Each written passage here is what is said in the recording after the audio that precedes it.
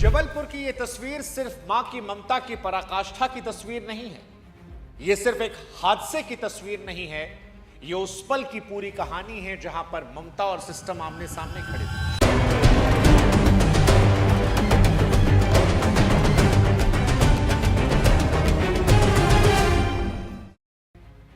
और इनके सामने इंसानियत की हार हो जाती है। इस तस्वीर में एक तरफ वो मां है जिसने आखिरी सांस तक अपने बच्चे को अपने सीने से लगाकर रखा, दूसरी तरफ अनगिनत लापरवाहियां जिन्होंने एक सुरक्षित सफर को मौत के सफर में तब्दील कर दिया। ये मां की तस्वीर फिलहाल देश दुनिया में लोगों की आंखें नम कर रही है, क्योंकि इस तस्वीर में मां की आंखें बंद हैं, उसकी सांसें थम गई हैं। लेकिन अगर तस्वीर गौर से देखेंगे तो उसने अपने बच्चे को अपनी बाहों में जो पकड़ा है, उस पकड़ को उसने कमजोर नहीं होने दिया। मानो जैसे मां ने तय कर रखा था कि जिंदगी जाए तो जाए, लेकिन बच्चा नहीं छोड़ा जाएगा। इस मां के पास बचने का मौका था, उसके पास लाइफ जैकेट थी, लेकिन उसने खुद को नहीं, बच्चे को बचाना चुना। और इस बचाने में वो खुद भी मर गई, उसके बच्चे की भी मौत हो गई। आप सोच कर देखिए कि इस बचाने की प्रक्रिया कितनी जटिल रही हो। पानी ठंडा रहा होगा, शरीर जवाब दे रहा होगा, सांसें टूट रही हों, लेकिन उसके हाथ नहीं ढीले पड़े। मौत आई, लेकिन वो मौत भी इस बच्चे को उसकी मां से अलग नहीं कर पाई। और इसीलिए ये दृश्य सिर्फ दिल नहीं तोड़ता, बल्कि सवाल खड़े करता है कि अगर सुरक्षा के इंतजाम वाकई पक्के होते, अगर नियम कागज तक सीमित ना होते, तो क्या ये तस्वीर रहती? क्या इनके जैसे जो औरों की मौत जबलपुर में हुई है वो होती?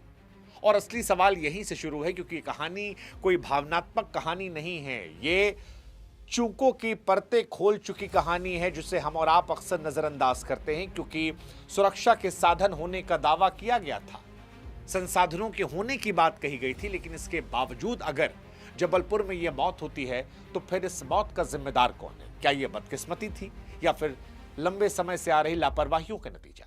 नाव पर सवार लोगों की संख्या से लेकर यहां पर बचाने वाले उपकरणों की गुणवत्ता तक अनगिनत ऐसे सवाल हैं जिनको लेकर अगर आज सवाल नहीं पूछे जाएंगे तो शायद अगली बार ये कहानी हम में से किसी एक की हो सकती है। और इसीलिए आज इस वीडियो में जबलपुर के बरगी डैम के उस रूह कपा देने वाले हादसे की हम गहराई में उतरेंगे जिसने देश को झकझोर के रखा है।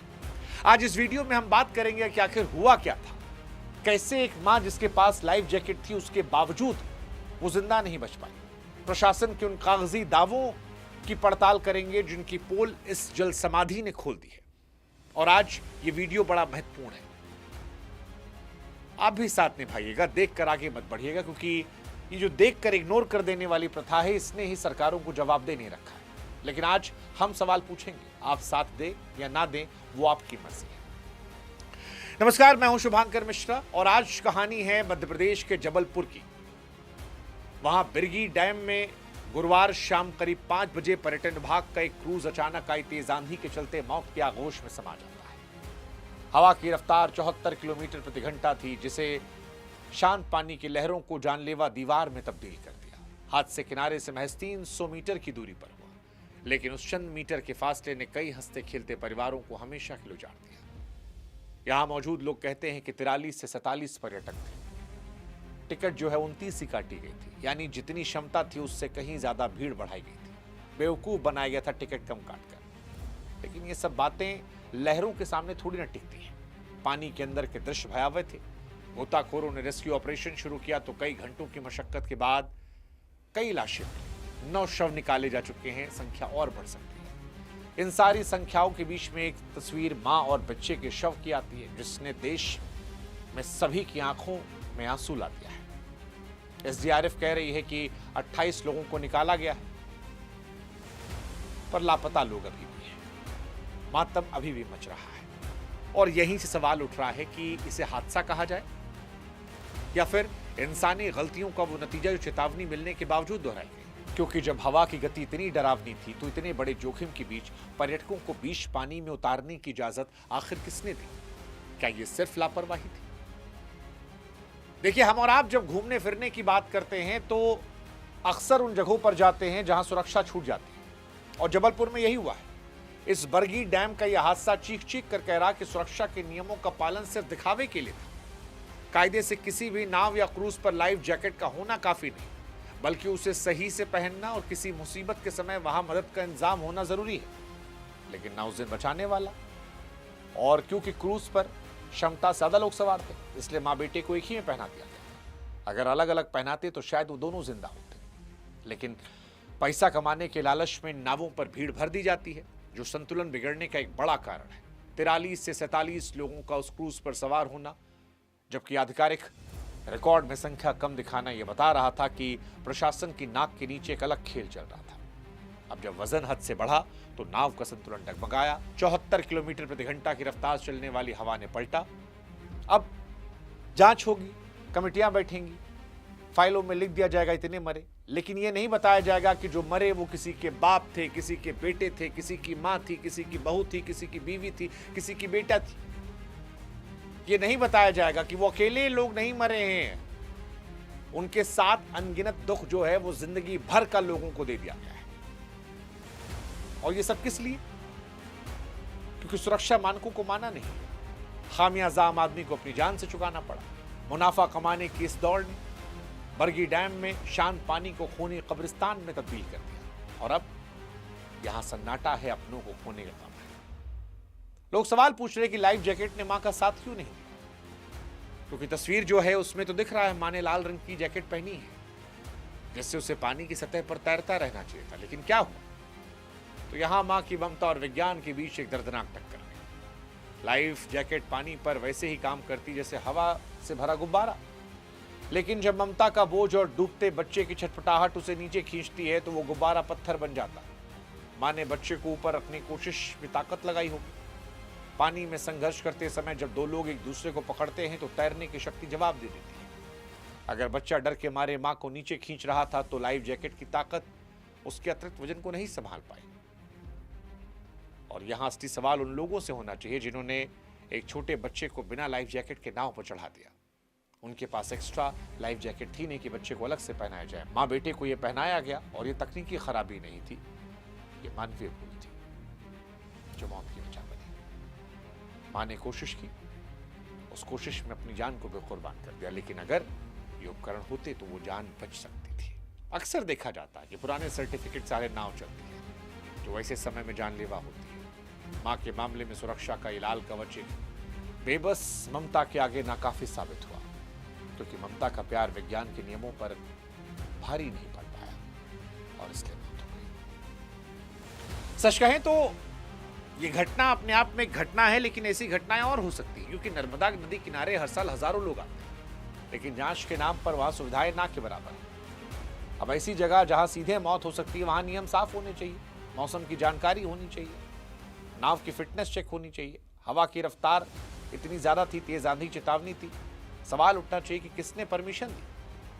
प्रशासन का अपना अलग रोना गाना है, हमारे पास पर्याप्त टीम नहीं है। लेकिन अब ये कौन बताए उस मां बेटे की लाश को देखकर कि इस जान से बड़ा कुछ हो सकता है?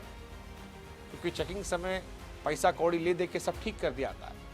आंकड़े कहते हैं कि भारत में नाव हादसों का मुख्य कारण तकनीकी खराबी से ज्यादा इंसानी चूक और निगरानी कमी है।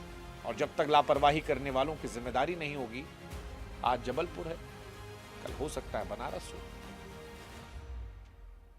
कोई और शहर हो, कोई और राज्य हो, कोई और जिला हो। जबलपुर के इस हादसे ने दिखाया है कि कागजों पर चलने वाली सुरक्षा असल जिंदगी में कितनी खोखली साबित होती है।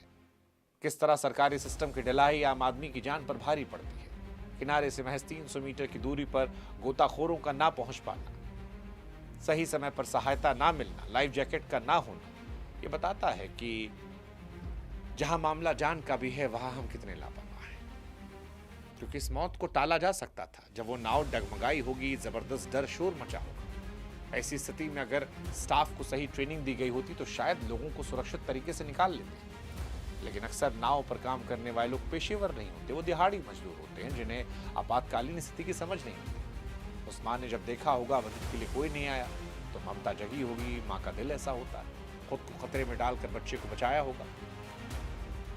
विज्ञान कहता है संकट के समय हमारा शरीर खुद को बचाने की कोशिश करता है, लेकिन मां का शरीर बच्चे के बचाव में सोचता है।